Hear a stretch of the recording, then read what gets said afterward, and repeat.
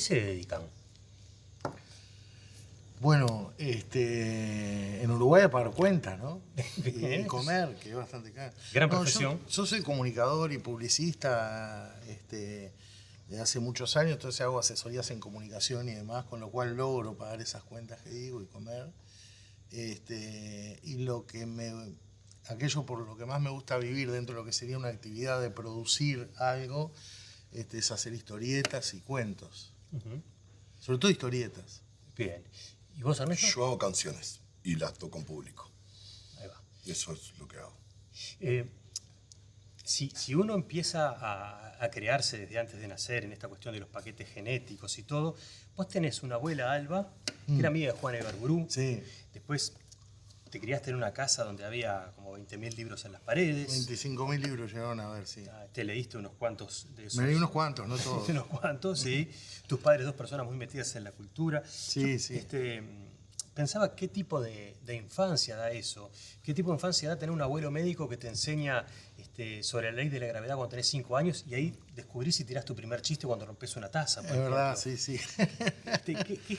¿Cómo se crea uno? ¿Cómo se desarrolla uno en esos contextos? Bueno, una casa así, positivista por el lado de mi abuelo, científico y demás, donde las artes eran lo central. Una vez en la radio, en un programa que tuvimos muchos años con el Flaco Esmores y con Marcos Morón, me acuerdo que Esmores dijo, porque claro, yo tengo este tema de la ansiedad y de la comida. Acá no sé si se nota mucho, dicen que la televisión engorda, así que se debe notar. Entonces el Flaco dice, claro, lo que pasa, el tema que tuviste vos en la infancia es que a vos en lugar de escones te daban poemas. ¿No? Muy buena. Claro, entonces bueno, esto es lo nutritivo, de los afectos, de la familia, pero ahí estaba presente siempre, todo el tiempo el arte. La pintura, el dibujo, la música. Mi abuela declamaba, tocaba piano, por cierto. En vez de apuntar a las más elevadas, tenés una psicóloga que cuando te hace un test vocacional te dice, vas a ser feliz haciendo historietas. Sí, me dijo como que me daba la capacidad para hacer todo, lo cual a mí mismo me sorprendió porque no me imaginaba siendo ingeniero, por ejemplo. Tenía serios problemas con las matemáticas, pero me dice, oiga, vos podés hacer todo, ¿viste? Te dan unas estadísticas así, pero si querés ser feliz, hacé historieta. Entonces agarré, yo que tenía 18 años, ¿viste? Buscando a ver qué estudiar, y me fui a Buenos Aires con una carpetita abajo. Un día Maitena me dijo, vos eras el típico uruguayito que caía en las reacciones de Buenos Aires. Digo, sí. Llegué a Fierro, ese día la habían asaltado 3 tipos con metralleta. Fierro de revista de cómics. Sí, sí, el editor Juan Lima en ese momento estaba nerviosísimo. Imagínate lo que fue esa reunión, un desastre total, pobre loco. Escuchar a un pibe. Intuiría que nunca publicaste ahí. De ese viaje, no, nunca. De ese viaje a Buenos Aires me hizo un gran amigo hasta hoy. Uno de los grandes historietistas de Río de la Plata, Sergio Langer, que lo quiero mucho. Un crack. Pero bueno, yo estaba buscando cómo vivir. Claro, después lo que pasó con el tiempo es que ni siquiera los porteños o los rosarinos o los argentinos lograron vivir de eso. Desapareció todo, desapareció Humor, que la cerró Menem con juicios, la destrozó. La revista también. La revista Humor, desapareció Fierro, bueno, todo eso. Entonces quedaron desperdigados y tal. Y entonces ahí buscando ver cómo iba a resolver este tema que hablaba antes de las cuentas y de la Morphy, me encuentro con Ana Nahum, esta querida colega que estaba estudiando ciencia de la comunicación y me llama para que yo le dibuje, pues había que dibujar una historieta que era un trabajo para la carrera. Yo no sabía bien qué era esa carrera, medio incipiente, pero dije, bueno, pero si hacen historietas me cae simpática, ¿viste? Digo, quiere decir que le dan bola a la historieta. Y así estudié ciencia de la comunicación. Ahí va. Por esa razón. Y todavía conservo hoy, que está roto, no funciona, el lápiz mecánico Pilot que Ana Nahum me regaló por haber hecho esa historieta. Lo tengo como un tesoro. Ernesto, no pude averiguar de tus genes. No sé qué venía en tu paquete. Yo vengo de una familia que nunca salió en el diario. Yo soy hijo de una maestra y de un obrero de la construcción. En ese momento, cuando yo nací, después mi padre hizo otras cosas. Me crié en una casa con 1500 libros, ponele. Pero eran un montón igual para mí, más de los que podía leer. Más de lo que hay en casi cualquier casa, ¿verdad? Claro. Eso me dijo una vez mi madre. Me dijo... Pero me lo dijo como una responsabilidad. A ver. Como vos te criaste en una casa con 1500 libros. Hacete cargo. Como... Mira. tenés que hacerlo mejor. Algo así. Pero bueno, yo me crié en una casa, mis padres se separaron cuando yo era chico y me crié con mi madre, con mi tía Graciela, mi madre Marisa, mi tía Graciela, y el padre de mis hermanos, que nacieron mucho después, Álvaro. O sea que yo soy como un hijo único de una pareja y además hasta los 10 años era el único niño de la casa. Una casa en la que se leía mucho, no se escuchaba nada de música, nada de música. Cuando digo nada es realmente muy poca música. Pero en la casa de mi padre se leía menos, pero se leía o se leía igual, pero mi padre tocaba tangos, milongas, zambas, y yo lo veía los fines de semana. Entonces, en la semana se leía y los fines de semana era muy habitual que pintara guitarreada y como la gente cantara, y yo empecé a cantar ahí en ambientes familiares, digamos. Tangos y cosas así, que es algo que todavía me gusta mucho. Y mi formación fue muy autodidacta, sobre todo al principio, leer mucho y escuchar muchos discos. Y después de eso, pero mucho después de eso, como a los 14 años conocí al Darno, porque lo vi en la tele y me fascinó. Me fascinó, me pasó una cosa que nunca me había pasado viendo algo. Fue como, ¿qué es esto? ¿Viste? Yo miraba un programa llamado Caleidoscopio. Sí, claro. María Sobaldía y Sotelo. Yo volví al liceo y me miraba ese programa. Y un mediodía apareció tocando Darno Jazz con Carlito da Silveira, Sila Panzardo, y digo, no estaba Bernardo Aguirre ese día, pero aparecieron ellos dos, y el Darno con un sobre todo puesto arriba de los hombros y un Wayfarer y un sombrero cantando, y yo dije, ¿qué pasó?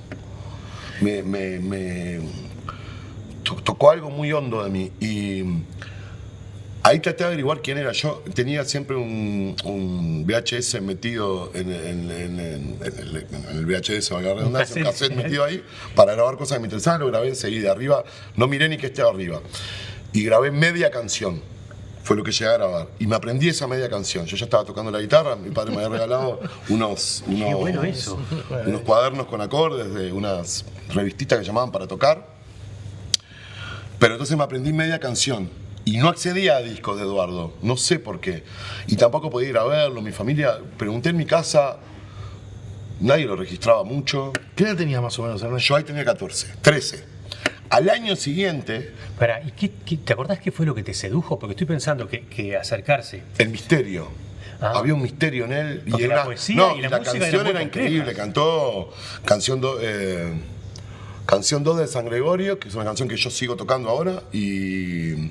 Desconsolados 2, o sea, dos temazos. No, Desconsolados era... Yo quedé una cosa como, y ponele que eso fue a finales de un año. Y a principio del otro, Eduardo va a hacer un ciclo, y Ovaldía anuncia mañana, contamos, cuando está terminando el programa del lunes, ponele, era un miércoles fue a ver, o sea que el programa del martes termina diciendo, mañana tenemos a no sé quién, y nos visita Eduardo Arnoyans. Y yo dije... Es mi momento, y llamé al canal y dije, quiero ir a verlo. En mi casa nadie sabía nada de esto. Yo tenía 14 años. Casi una transgresión. Sí, nadie le molestaba mucho que hacía yo igual. Yo era bastante suelto de chico. Tenía unas horas en las que, entre que yo salía del liceo y volvía la gente a mi casa a las 5 de la tarde, el tiempo era mío. Lo usaba para distintas cosas. Para jugar al básquetbol, para tocar la guitarra, Iba a la biblioteca, no sé, hacía cosas. Y me dijeron, no, pero no es sin público. Y yo le dije, lo que pasa es que yo, no sé, que le habré dicho, no lo recuerdo también, o sí, no sé. Le lloré y me dijeron, ¿cuántos son? Soy yo, le dije. Bueno, venite. Y fui y ahí conocí a Eduardo, que con el tiempo entendí. Eduardo lo primero que me dijo es, ¿qué haces acá? Porque Eduardo había ido sin banda incluso. A esa vez fue solo con la guitarra, a anunciar un ciclo que empezaba al siguiente día, el jueves, en Amarcord. Y claro, lo primero que me dice Eduardo es el peor lugar para verme del mundo. Que es lo que yo le diría a un pibe, si me viene a ver ahora, Eduardo debería tener la misma edad que yo ahora. Estamos hablando del año 97, Eduardo del 53, yo tengo 42, tengo 44, creo. No soy músico, no sé hacer cuenta, pero más o menos. Y Eduardo me dice, es el peor lugar para verme. Y paso yo no tengo otra forma. Entonces, me dijo, vení mañana, Marcor, que yo digo que sos mi sobrino. Yo llegué a mi casa, volví a mi casa y tuve que contar todo. Claro. Que no era algo que yo tenía pensado contar en qué habían dado. Y mi madre me dijo de ninguna manera. Y entonces me llamó Nelson Díaz, el manager de Eduardo, el otro día para, no sé, pedirme las entradas, los datos, no sé qué, y le dije que no podía ir. Y Eduardo llamó a mi madre y le dijo, yo me hago cargo, déjelo venir que le va a hacer bien. Mirá. Y desde ese día nunca más dejé de ir. Qué maravilla. Qué maravilla. Y yo ahí aprendí un montón de este oficio. Esa fue mi verdadera formación de hacer canciones, porque después entré a la Escuela Universitaria de Música, estudié un tiempo, pero en algún momento sentí que ese camino se desviaba del que yo quería, que era hacer canciones populares. Escucha, ¿y te acuerdas cuál fue? Yo decía, Gonzalo, el primer chiste lo hace el día que el abuelo le enseña que era la ley de gravedad. Esto te iba a preguntar, ¿de qué hablan? Esa fue una anécdota que yo conté en una entrevista. Yo tendría 5 años, 4 o 5 años, y mi abuelo, Homero, que era, como digo, un positivista, médico, le encantaba el arte, pero la ciencia también. Era un tipo que Melo, con otro colega, midió la velocidad de la luz, por ejemplo, en los años, no sé, 30, 40. Con un experimento que hicieron, con un farol y no sé qué. Y el tipo me sienta en la falda y me enseña las cuestiones esenciales de la ley de gravedad. Y llega mi madre, que era profesora de literatura, y le dice a su padre, pero papá, ¿qué estás haciendo? El chiquilín ¿cómo va a entender? ¿Viste? No sé qué. Como diciendo, esto es una locura. Estamos hablando de 5 años. Sí, claro, 4 años, 5 años. O sea, lo sé por la casa en la que estaba, que yo vivía hasta los 5 años y medio ahí. Y entonces, al rato, yo en un accidente, jugando, correteando, yo siempre muy ansioso de eso, rompí, a mí no me dejaba ver Meteoro mi abuela porque me excitaba mucho usar esa palabra. Después me seguí excitando con otras cosas, pero en aquella época con Meteoro. Tiré corriendo un cenicero y lo rompí, un cenicero querido en la casa. Mi madre se recalentó. Bueno, Gonzalo, no sé qué, no sé cuánto. Digo, mamá, no fui yo, fue la ley de gravedad. Y yo después, retroactivamente, me di cuenta que era uno de los primeros chistes de los cuales yo tengo memoria. Es decir, el chiste construido. Como herramienta, claro, para construir. Y para solucionar un problema en donde eventualmente me iba un rezongo en juego. O sea, convertí el enojo de mi madre en una risa familiar. Y ahí seguí tratando de hacer eso siempre. Y a partir de ahí yo quería saber cuál fue tu primera canción, si tenés un recuerdo tan marcado de lo... Así sea una canción que quedó. Me gustaría decir dos cositas de lo de Ernesto. Uno, que ahí está no solo la invitación, la habilitación y hasta el padrinazgo en el sentido de vos recorrer el camino de la música, el arte, sino que hay una gran lección para cualquier arte y artista, que es la naturaleza generosa y de compartir que significa el arte, que hoy para mí es una de las bases o de los elementos políticos más fuertes del arte. Hoy, en un mundo donde todo se rige por el lucro, por la guita, por lo individual, el individualismo, decir, loco, esto es para compartir, lo que dijo Dan, lo que habló, para cuidar, amar y compartir. Ahí para mí en eso que contaste me emocionó mucho porque está todo eso. Sí, ¿viste? Yo sabes que es una cosa que a mí me quedó en el sentido de que el domingo, hoy es martes, el domingo estaban en Montevideo sueltos unos gurises de Tacuarembó, que a mí me encanta, que tiene una banda que se llama Incluso si es un susurro soviético, no sé si los conocen. No, bueno. Está muy bien. Hacen un festival que se llama Tacuanoid, que es una cosa preciosa, organizada, autogestionada por ellos, hace como, van por su 6ª edición, creo. Lo hacen en Montevideo y en Tacuarembó. Ahora me invitaron a tocar, pero una invitación el 27 de diciembre a Tacuarembó, que no hay un arroyo, es una cosa dificilísima, pero bueno, no, son divinos. Y estaban en Tristán medio perdidos, medio abrumados de la cantidad de gente que había. Y los traje como tallarines y hablar de canciones, y como algo que aparte se disfruta más. El compartir, exacto. Se disfruta más, es más lindo. Exacto. De hecho, ahora cuando hablábamos recién del Teatro Verano, nosotros hicimos un Teatro Verano hace 10 días, que fue el show más importante de nuestra vida, la primera que hicimos nosotros, todo eso, y invitamos demasiada gente, o sea, demasiado para los términos técnicos, era como, más gente no, por favor, y era como, no, porque en esta canción va a entrar no sé quién. Más gente sobre el escenario, no de público, más gente en el escenario. Sí, era una multitud de gente en el escenario, de hecho, terminamos 30 personas arriba del escenario, contando. Bueno. Porque es el celebrar. Hay que hacerla y hacerla con los amigos. Claro. Es el celebrar, que un profe de filosofía de Concepción del Uruguay, que estuve ahora por la historieta esta de Artigas, me decía, me recordó que la etimología de celebrar es estar juntos, estar reunidos. Sí. Vos pará, y ahí tenés una canción que capaz que la escribiste, perdóname mi ignorancia, pero tengo el título de la canción, El sobrino del Garni. Es muy buena. Nunca haría eso, a Royán no le gustaría. No, a mí me pasa una cosa que es cuando, en general, cuando alguien me dice, ahí tenés una canción, Sí. mi cosa, yo no estoy buscando, no sabes, Claro. yo estoy buscando una cosa yo hago muchas canciones para hacer un disco. Desperdicio mucho material. O sea, hago 100 para tener 11, 200, no sé. En el último disco hice 2.500 archivos, que son un silbidito, un pianito, una cosita o una canción. Claro. De eso quedaron 12. Claro, está bien. Y a mí me pasa que capaz que ni siquiera está bien.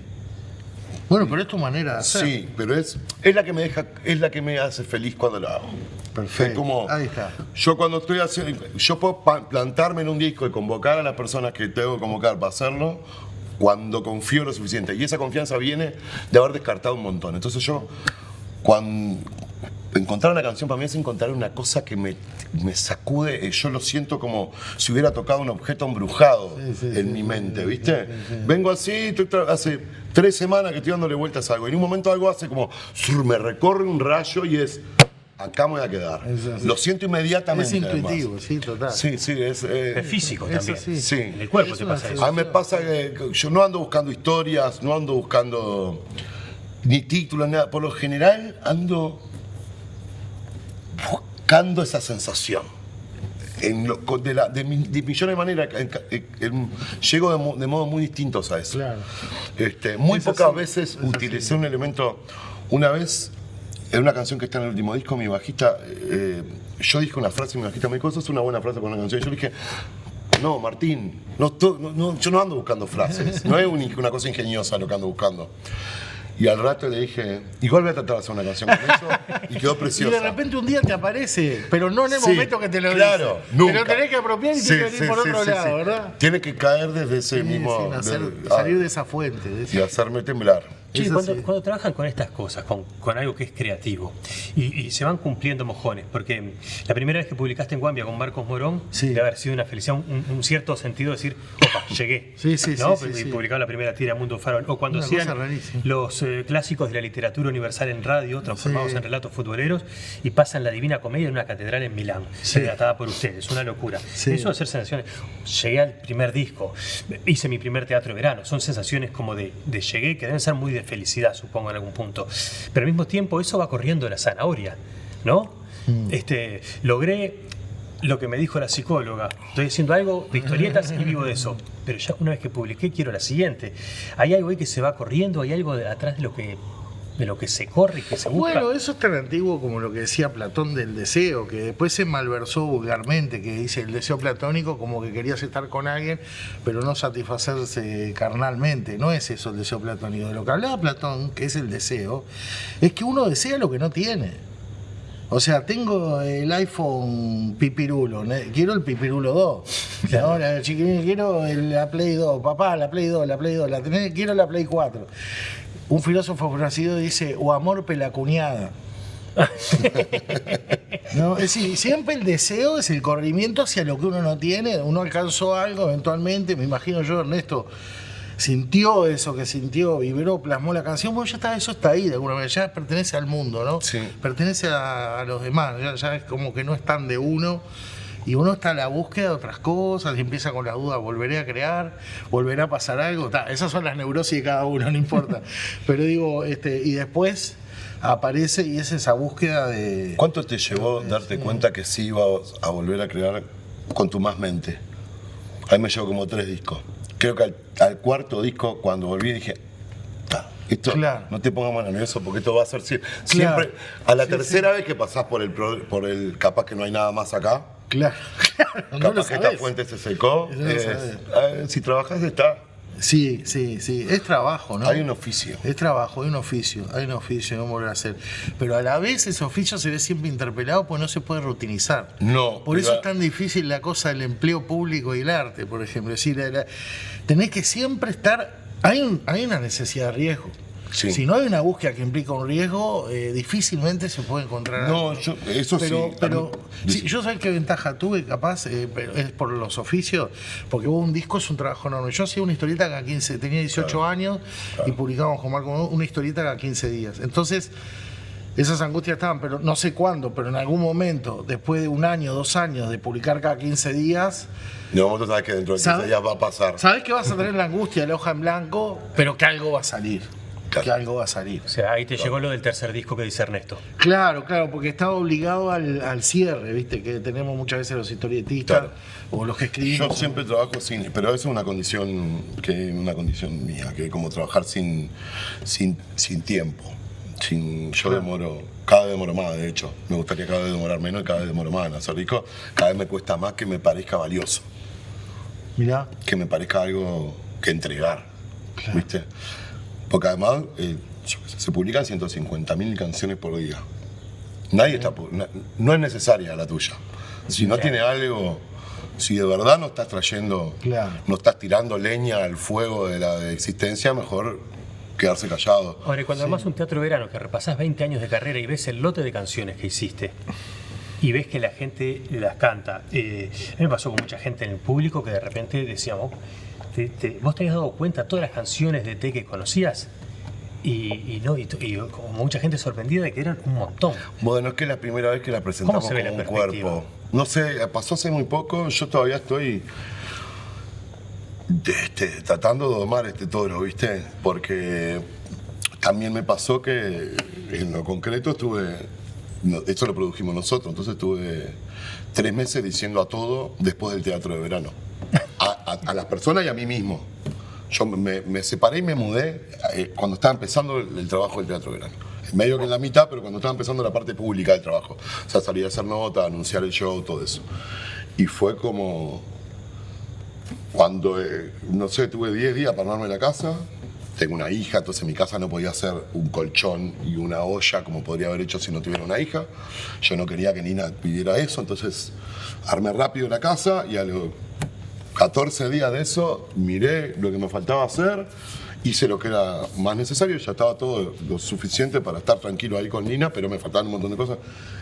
Que junté todas las cajas faltando un día para empezar a hacer prensa y ensayar, que era el mismo día empezaba a hacer prensa y empezábamos a ensayar.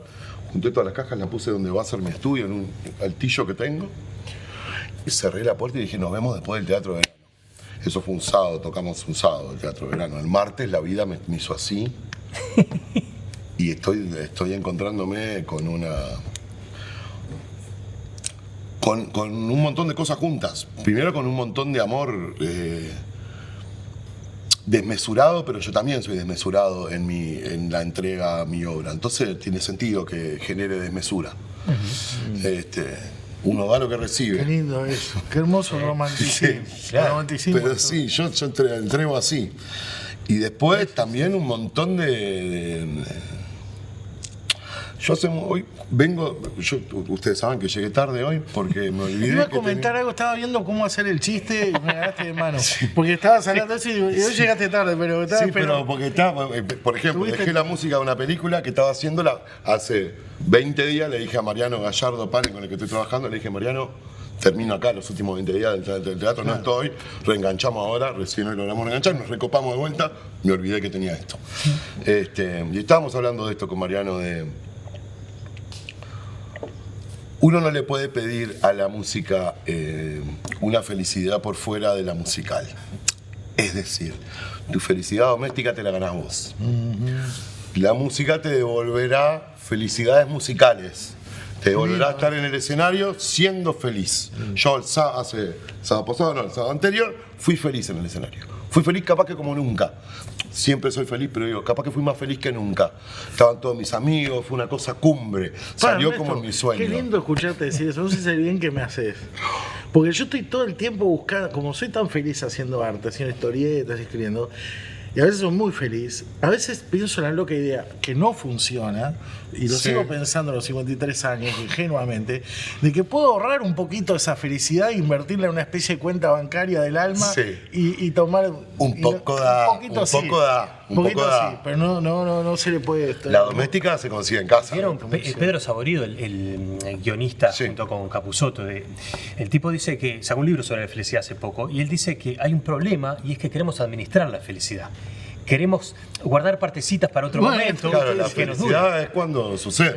Hay una escena de la película Las Horas que están, en un momento vuelven del funeral, es al que van, y está Meryl Streep con la hija ahí sentadas en la cama. Y no me acuerdo cuál de las dos lo dice, pero en un momento una dice, ¿te acordás ese día que nos fuimos a no sé dónde, que estábamos, que terminamos de cenar? Y que alguien dijo un chiste y nos morimos de risa. Y yo te dije, vamos a ser felices para siempre. Ahí éramos felices. Claro. La felicidad es cuando vos sentís que es para siempre, que la felicidad es para siempre.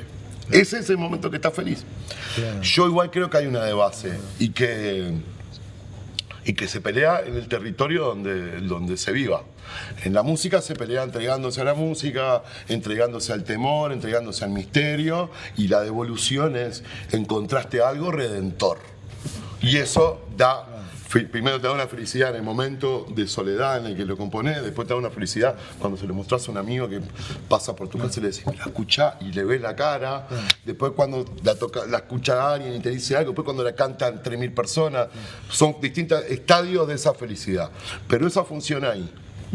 Vos sabés que una de las definiciones de arte que más me gusta en los últimos años, una que leí de Poe, de Edgar Allan Poe, que dice, le llamo arte a todo aquello que me devuelve vida. A mí me encanta esa definición porque es lo que me permite explicar por qué yo considero que Maradona es un gran artista. Sí. Es decir, Porque todo Armando- aquello que me devuelve vida, ¿verdad? Sí. Es esto que, porque me evocó lo que estabas diciendo, ¿no? En virtud de esa quimera, esa búsqueda de la felicidad que además cuando ocurre, como pasa con las cosas más valiosas de la vida, uno participa, uno lo vive, uno puede propender a eso, hacer cosas, pero de ninguna manera es automático. De ninguna manera uno lo puede decir. No estaríamos todos, viviríamos No. felices. No. Es una carambola a tres bandas que tiene un misterio, tiene mucho de misterio. ¿No? Hay una escena del Pozo de Onetti que él le plantea a la chica que baje caminando por una calle esperando que el viento le levante la pollera como aquella vez, y se lo hace hacer una vez y otra vez y otra vez más, y no vuelve aquella vez que levantó la pollera de tal forma que a él lo emocionó. Yo conozco un Claro, dispositivo es para eso, que son las canciones.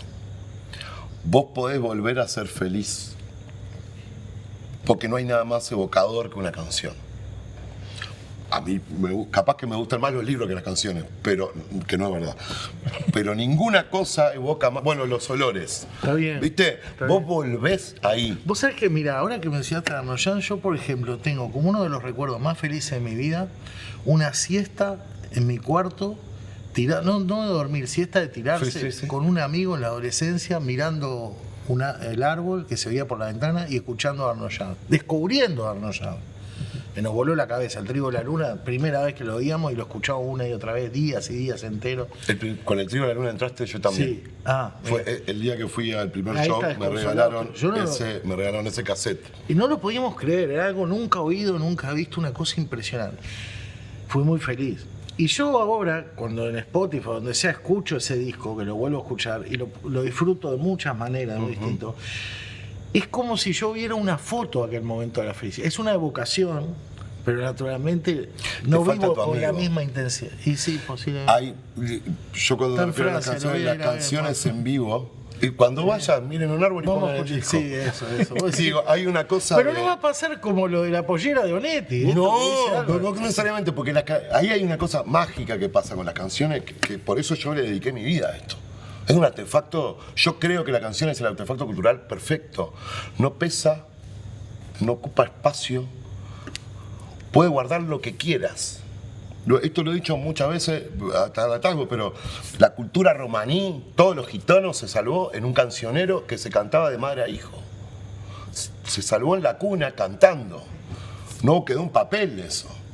Pero quedaron 5.000 años de historia. Gente que viene de Egipto que se cantó a sí misma, apagando la luz. Y vos podés guardar la historia de tu cultura, podés escribir chiquillada y guardar toda tu niñez, podés contar tu adolescencia, lo que sea, guardarlo en un lugar que no ocupa lugar y abrirlo y reproducirlo cuando quieras con la cabeza. Hay gente que le resulta menos fácil, pero vos te podés poner a cantar una canción que te gusta. Sí, y la podés cantar en un calabozo. Claro. No precisás de nada. Todo lo demás requiere de algo. Todas las demás formas de la cultura requieren de un soporte, de una cosa. Esto es un objeto que es el aire movido. Claro.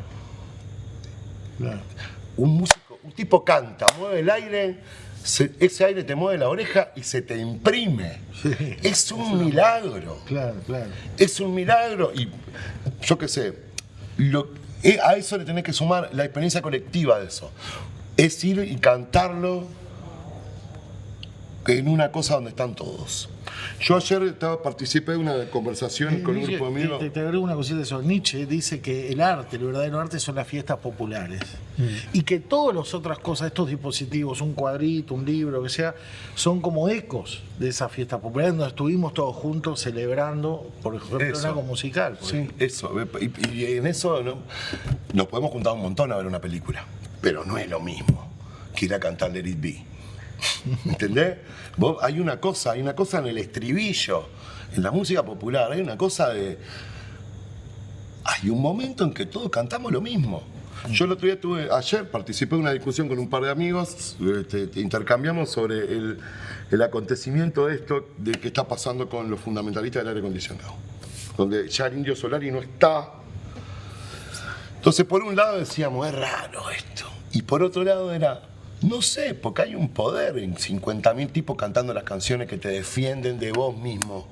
Porque uno canta también para defenderse de sí mismo, para ahuyentar el miedo. Entonces, y hay otra cosa curiosa en eso, es que los 50.000 no están cantando lo mismo, pero pueden no estar cantando lo mismo. Yo el otro día veía en el show tuyo, en el Teatro Verano, hay un juego que vos haces en varias canciones que es repetir una frase. Sí. El barrio no olvida, yo no sé dónde está la ruta 8. Con la de yo no sé dónde está la ruta 8 al lado mío había unas gurisas más jóvenes que yo, 20 y poquitos años, y había una, yo no sé cuántas veces de la repetición, creo que son como 8 veces, que es la misma frase. Son 8 y 8, sí. Yo te juro que la tipa la cantó, la gritó a voz en cuello con distintas intencionalidades, por lo menos 4 o 5 intencionalidades distintas, la misma mujer.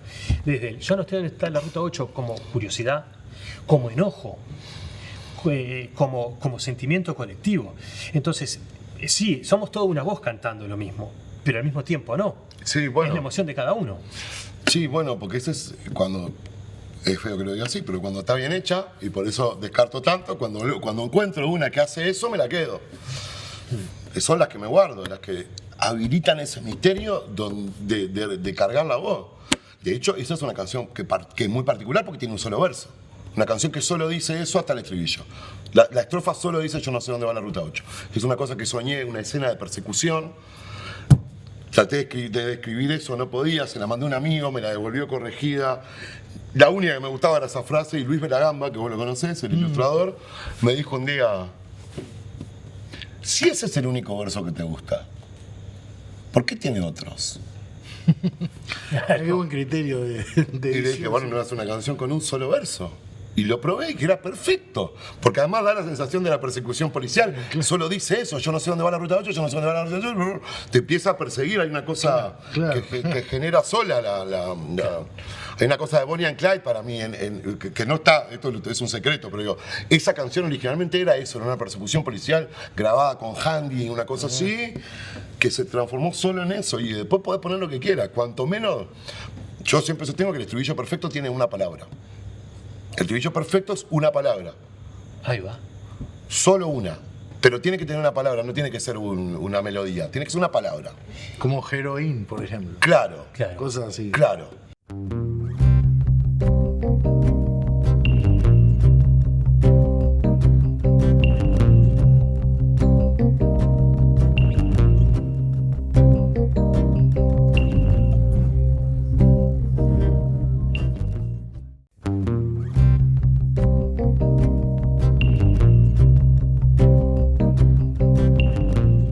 ¿Saben que interesante. hice un ejercicio bien distinto para preparar esta charla. Una cosa que nunca hice, me siento un poco hereje, pero lo quiero compartir con ustedes. Porque como el programa se va a emitir el 29 de diciembre, entre las fiestas, yo quería hablar de la felicidad. Y se me ocurrió hacer algo que no había hecho, que era hablar con ChatGPT. Nunca lo hice en mi vida. Pero le pregunté por la felicidad en la obra de cada uno de ustedes. Ok. Y les quiero contar lo que me dijo la máquina. Mira. Para ver qué les genera a ustedes. A ver si nos ahorrás o nos cargás de más sesiones de terapia. Por ejemplo, Gonzalo Yeravide nos lleva a una visión ambigua, crítica incluso de la felicidad idealizada. Cuestiona nociones tranquilizadoras de bienestar individualista. Su obra nos invita a pensar la felicidad no solo como realización personal, sino en relación a factores sociales, colectivos, históricos. En ese sentido, la felicidad puede implicar reconciliarse con lo colectivo, visibilizar lo silenciado y construir sentido en comunidad, aunque sea en medio del desencanto. La felicidad de Yeravide, las comillas son de ChatGPT, es una felicidad cruda, imperfecta, consciente. ¿Ya? Qué lindo eso de la felicidad en lo colectivo, que es lo que venimos hablando. ¿Te hallás en esto? Sí, no sé si lo consciente último, la última palabra, pero todo lo demás me sentí bastante representado, me sentí mi obra bastante representada. Yo, por ejemplo, ahora estoy en un viaje haciendo una segunda historieta, un segundo libro, pero hice uno primero del artiguismo, digamos, de la época de la primera mitad del siglo XIX, la esclavitud y otros fenómenos que estoy ahora. Y bueno, ahí Artigas hablaba de la pública felicidad, ¿no? Que es una cosa que cayó. Yo quiero ese libro. ¿Cómo no? Vamos a contarlo, estoy escribiendo un disco sobre eso. Vamos sobre a el contarlo. siglo XIX. Así intercambiamos figuritas, querido. Sí. Sí, y bueno, no, me siento. Hay una cuestión, es interesante, porque el ChatGPT es un mecanismo, un robotito que agarra y juega con palabras, no siente nada, no tiene idea, simplemente repite cosas. Un lorito programado. Y hay una cosa interesante, a ver qué opina acá, qué opinan ustedes, qué opina Ernesto. En el arte hay, como en toda la vida humana, se podría dividir en dos grandes áreas o vertientes, que es la razón y la emoción, lo apolíneo y lo dionisíaco. Entonces vos tenés el clasicismo, que los artistas creían que repitiendo determinadas fórmulas, apolíneo, totalmente racionales, se llegaba a la belleza universal, y tenés lo dionisíaco, que es a través del espíritu, de los sentimientos, es el romanticismo, el renacimiento, todo es lo dionisíaco, las tripas, digamos, ¿no? Decía Germán Gess que el peligro de los clasicistas es hacer una obra que quede momificada, sin vida. Y el peligro del dionisíaco, del romanticismo, es lo que le pasaba a Da Vinci, no terminar ninguna obra, o casi ninguna, porque al final la idea es la obra, ya no te importa la concreción física, material perfecta del asunto, ¿no? Ahora, yo siento, a mí el arte que más me interesa y el que a mí me nace, o si me nace la otra, trato de dejarla descartada de las 200 canciones que deja afuera Ernesto. A mí lo que me interesa es lo romántico, es la emoción, es la subjetividad. Y ahí está el misterio del inconsciente que irrumpe, ¿no? Eso nos dieron las vanguardias del siglo XX, ¿no? Todo el surrealismo, todo. Una cosa que no podés entender y es inaprensible, ¿viste? Es en un punto imposible. Ida Vitale, cuando Manuel Cervantes, que me gustó mucho el discurso, habló de en esta época en que todo es una planilla Excel, todo de cámaras por todos lados, GPS, no te puedes perder en la puta ciudad, no te puedes perder. Estás con el maldito aparatito ese viendo todo el tiempo dónde estás. ¿Qué carajo me importa? Me quiero perder. Claro. ¿Qué sentido tiene vivir como una cosa, como un píxel? ¿Me entendés? Entonces ella dice, hay que recuperar el misterio, porque lo que se está perdiendo es el misterio en esta sociedad de hiperproductivismo, consumista, capitalista. Al mismo tiempo está en el mismo lugar. ¿Eh? Al mismo tiempo está en el mismo lugar, intacto. Claro. Cada vez menos visitado ese misterio y cada vez agranda más igual. Eso me interesa. Y porque si vos te criaste, tuviste una educación de los pocos que la tuvieron, decimonónica, donde se te invocaba ese misterio permanentemente y te hacían leer esas cosas, también se vuelve una rutina. ¿No? Esa poesía que menciona todas esas cosas y no le pasa ninguna. ¿No? Que esa cosa bien de la poesía de principios del siglo XX en Uruguay también, esa cosa donde todo está ahí como un decir, la nada es como un atributo de la poesía y no de tu vida. Yo creo que también un pibe alejado de todas esas cosas, es inevitable que se encuentre con el misterio. A todos nos va a pasar. Es un misterio del que no se puede escapar. Vos podés ser hiperproductivo, tener una organización, no sé qué, pero se va a morir tu padre. Y ahí, ahí vas a encontrarte solo de vuelta. O sea, Sí. digo, ya buscamos otras maneras de evitarlo y siempre volvemos ahí. Vamos a volver ahí. Yo de hecho creo que hay toda esa cosa de la que se habla tanto como de la moda del catolicismo, viste que hay como una cosa que es la moda, está de moda cerca. Y es como, bueno, pará, capaz que tuvimos, la moda fueron 50 años de decir que no, que eso no tenía sentido. Sí. Capaz que la moda fue eso, en el sentido de que sacaste eso del medio y dejaste a la gente hablando de formas de misticismo mucho menos elaboradas y mucho menos colectivas. Y termina la gente comprando unos libros de una persona que vos no sabés quién es. Sí. Capaz que está mejor que en el otro, que lo escribimos 1500 años y más o menos le Claro, fuimos buscando sí, la sí, vuelta sí. de qué era lo Igual que digo, estaba bien. si hay que recuperar una religión, yo que soy ateo, te digo, recuperaría recuperaría el politeísmo griego y romano, que me parece mucho más interesante que un Sí, señor barbudo. pero es que menos hace- colectivo también.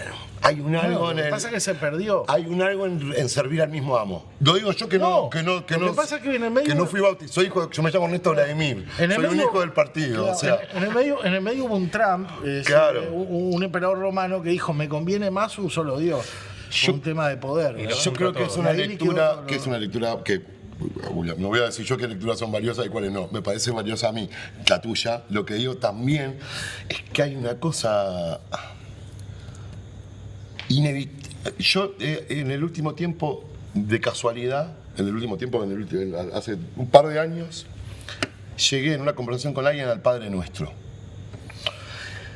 Y me parece la pieza cumbre de la literatura. Ah, mira. Entre muchas cosas, no le voy a decir todo acá, ni analizarlo todo. Solo parto de que la primera es Padre Nuestro. Y eso no solo te pone un tipo arriba, sino que nos hace hermanos. Claro. Si el Padre es nuestro, Sí. no es Padre mío. Sí, sí, sí. Es muy distinto el asunto. Está muy es bien, muy está distinto. muy bien, es. sí, sí. Está bien, tenemos todos un padre, hay que hacerle caso. Sí, sí, pero vos sos mi hermano. Eso es lo primero que está. Eso es lo más importante de lo que dice. Claro. Como hay una cosa en lo colectivo que yo creo que es lo que vos dijiste al principio y que es el camino siempre de la salvación. Es la comunidad. Sí. Está en el otro. Está en el otro. No se puede ser feliz solo. Totalmente. No Eso se que puede te ser decía feliz el solo. ChatGPT. Sería horrible. Por Lo que eso. decía el chat en La eso felicidad de con lo la pública Lo felicidad. colectivo, claro, la pura felicidad que decía Artigas. Hay un bien que es común. Sí. Y por eso es tan poderoso, me parece, entre otras cosas, cuando nos juntemos lo charlamos largo, el Padre Nuestro es muy profundo en ese sentido. Buenísimo. Porque están todas traficando una verdad. Cada una de las No, líneas trafica por una supuesto. verdad muy valiosa. Por supuesto. El tráfico de ChatGPT sobre A ver. Ernesto Tavares y A los ver. Problems. No hace falta conocer cada línea de Taylor's Problems para ver que en sus letras la felicidad aparece casi siempre como algo frágil, lateral, a veces fugaz, pero intenso cuando sucede. Te dejo una lectura posible. La felicidad en A Taylor's Problems es un estado breve pero real que nace en lo cotidiano, en la vulnerabilidad, en la capacidad de mirar con honestidad lo pequeño y lo desacomodado. No es triunfo, es lumbre. Hay un verso de los Problems que yo le dije a la banda antes de salir al Teatro de Verano, de una canción que se llama Eucaliptus, que dice: el fuego que construimos y nos mantiene con vida puede durar todo lo que podamos cuidarlo. Yo creo en la vida como un fenómeno así, que hay que alimentar para que te salve. ¿Entendés? Porque el fuego es un gran ejemplo. Sí. Por eso me sirve eso lo de la es- lumbre. claro. Porque vos estás dando, lo mantenés vos el fuego. Claro. Y nuclea el fuego. Sí, eso. Abriga. Da de comer. Puede dar calor, la hermana menor, el Tusi es mi escritor favorito de siempre, hace como 15 años que es mi escritor favorito. En la lengua castellana hay dos personas que escribieron canciones así de bien, Joan Manuel Serrat y Gonzalo Curbelo. No tengo ninguna duda de esto. Me voy a las manos con quien quiera discutirlo sin ningún problema, hacemos un duelo. El Tusi dice: puede dar calor, puede iluminar, puede tener un sentido y purificar. Es una canción de un pirómano que se llama Julia Dice, se las recomiendo mucho. En un momento dice: puede dar calor, puede iluminar, puede tener un sentido y purificar. Puede ser un día sin nada especial, un buen comienzo para un gran final. Yo pude ser un juez, pude ser doctor, pude ser un arquitecto y ser el mejor. Esta es mi pequeña construcción de un sol. Qué hermoso, qué hermoso. Un manifiesto de la poesía. Total. Esta es mi pequeña construcción de un sol. Doblamos a la izquierda acá, es el siguiente verso. Che, y Ahí está el nombraste a sol, Nina el hoy. fuego. Vos tenés 2 hijos adolescentes. Sí. Creo que Nina es más chica, 7. ¿no? Ya que estamos hablando de la felicidad, para mucha gente el momento más feliz de la vida es el nacimiento de los hijos. ¿Qué onda la felicidad a través de los hijos o compartida con los hijos? ¿Proyectada o al revés, los temores de los hijos y el deseo de que ellos lleguen a sus felicidades? ¿Qué lugar entran los hijos en todo esto que venimos hablando?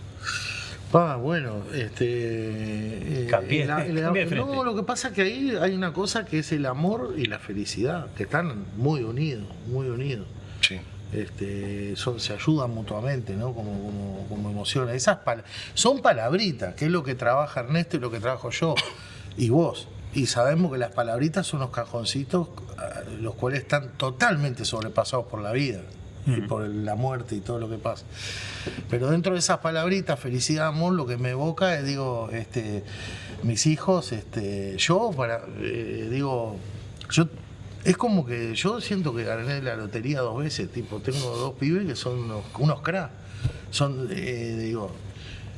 Ahí aparece la cosa posesiva, ¿no? Uno como padre, ¿no? Bueno, no es necesariamente posesivo. No es necesariamente posesivo. Tengo la porque también felicidad, tenés un la alegría. amigo. Sí, y no es que sí, seas sí. el dueño de tu Claro, amigo. claro, porque también ¿Te pertenece? Sí, te pertenece. El otro nos pertenece en un sentido en un libre sentido. elección, de Sí, libre sí, elección claro. mutua.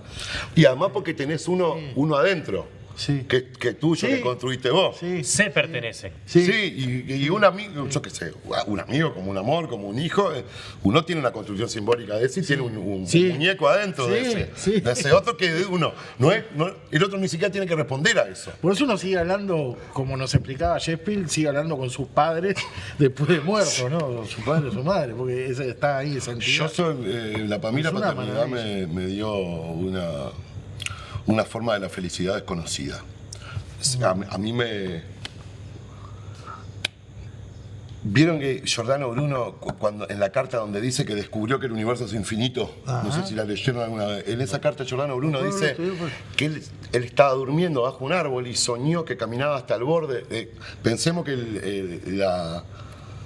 el universo era para esa gente una semiesfera, Sí, una sí, cúpula, sí. como una Sí, cosa de sándwich. Y él dice, caminó hasta el borde, la tocó y se movió un telón. Corrió ese telón y vio que no había ni arriba ni abajo. Y que el universo era infinito. Y ahí salió a contárselo al mundo. Claro.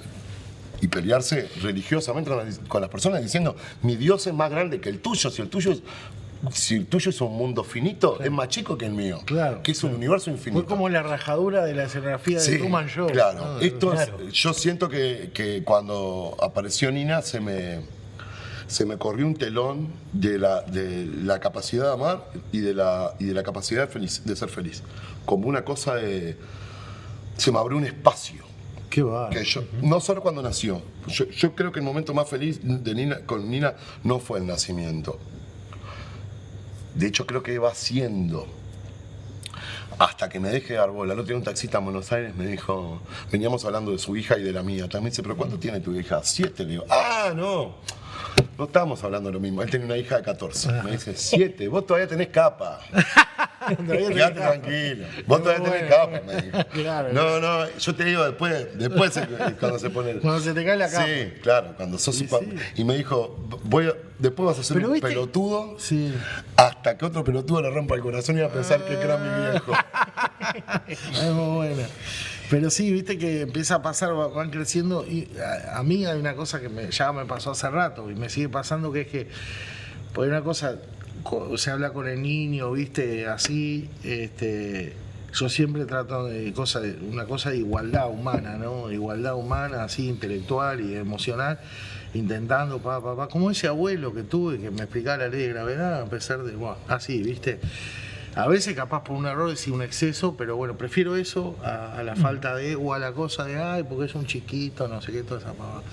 No, son personas. Pero de pronto, en determinado momento, y ya a los 7 te pasa, pero te va a ir pasando cada vez más, empezás a hablar con que realmente te devuelve, hay una igualdad y del otro lado un intelecto, una cosa y te pueden decir, no, pero ¿y esto? No, un Sí, marcar una contradicción. Y ahí se empieza a poner muy interesante, ¿no? Ahí es como otra etapa impresionante, ¿no?, de la vida, que te da otras felicidades también, otros desafíos y otra motivación, ¿viste? Y otro querer echarle la leña al fuego ese, ¿no?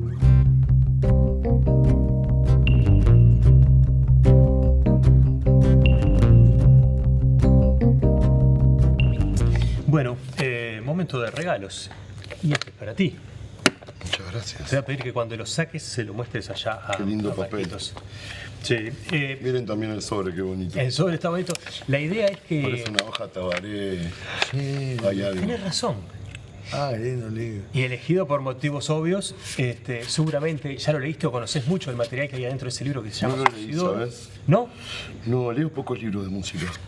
Bueno, se me ocurrió en realidad regalarte este Me libro. encanta igual, lo voy a leer. Porque es sobre un disco de Darnoyan, sobre Surcidor, claro. escrito por Fidel Esclavo con una poética muy particular también para escribirlo, porque narra gustos, intereses y proceso creativo.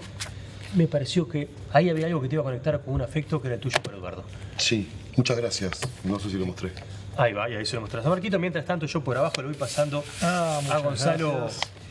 el libro para él, que con esto de las historias de felicidad, se me ocurrió que ahí había algo también, que es la felicidad de dos personas que se quisieron mucho. ¿Allá? Para el otro lado, Ahí. Renato. Julio Cortázar y Cristina Peri Rossi. Sí, se Cristina hicieron Peri amigos Rossi, en los una últimos crack. 10 años de vida de Cortázar, muy compinches. Sí. Eh, Además, Cristina fue escribiendo con un estilo, La nave de los locos, por ejemplo, su primer libro bastante cortázariano. Después fue agarrando un estilo muy propio y ahora está haciendo, las últimas obras que hizo son un bombazo, una cosa impresionante. Y se querían mucho y Cristina era muy amiga de mi vieja. Cristina estaba exiliada y cuando venía a Montevideo siempre se veían con mi vieja en casa o en el bar, que a ella le gustaba el bar El Prado, que quedaba allá, curiosamente, a pesar del nombre, cerca de la Rambla, por allá, donde hay creo que una pasión. Y a veces yo acompañaba a mi vieja, una tipa impresionante, sí. Bueno, Qué les bárbaro, agradezco muchas un gracias. montón. Para mí, un placer escuchar esta charla y si puedo ser mosca, avísenme y voy a cuando empiecen a hablar de artiguismo. Escuchá, tengo un, tengo No. un chivito para pasar de la felicidad. Aproveche. De la felicidad, porque dice Ciorán, ese querido amigo escritor, que dice que claro, como es tan insoportable la vida en el mundo para humanos, nos inventamos la risa. Y otra cosa que dice Ciorán que me encanta es que las grandes ideologías y religiones no son otra cosa que cruzadas contra el humor. Entonces yo quiero invitarte a vos, Álvaro, a vos, Ernesto, y a toda la audiencia a que vayan durante el verano, se den una vuelta por el Espacio Arte Contemporáneo de LEAC, que hay una muestra que estuvimos haciendo con un par de compañeros, Denis Torena y con Matías Castro, seleccionando obras medio al tuntún. No es una antología, no es una cosa histórica, es un poco como lo sentíamos del siglo XX, de originales de historieta y humor gráfico uruguayo, de Qué más de bien. 20 artistas que se dieron sus obras para esta exposición y crear un poco, primero disfrutarlo y reencontrarse con cosas de Guambia, de qué sé yo, de Misiadura, de esto, Pelo ¿no? duro, sí. Pelo duro, tenemos Pelo Duro, estamos esperando que venga Folia de Buenos Aires, bueno, no me pongo a nombrar, pero son 23, 24, pero además, y quiero pasar este mensaje también, tiene que ver con crear conciencia sobre el hecho de que los originales de los historietistas, se nos murió Ombú, se nos murió Tabaré, se nos mucho, esos originales están bien cuidados por sus familias, pero claro, llega un momento que eso es limitado de una generación a otra. Entonces, el Estado uruguayo no tiene un lugar donde recepcionar, como ocurre con el Centro de Fotografía, que es una maravilla de gestión, por poner un ejemplo con la fotografía, las obras de los artistas uruguayos que quieran donar o que ya no estén con nosotros. Entonces es importante preservar ese patrimonio cultural gráfico, conservarlo, digitalizarlo y exhibirlo, y por eso es esta muestra original. Así que invito a ir a verla. Queda hecho. Va a estar todo el verano. Yo no tengo ningún chivo que dar. Entonces- ya terminé.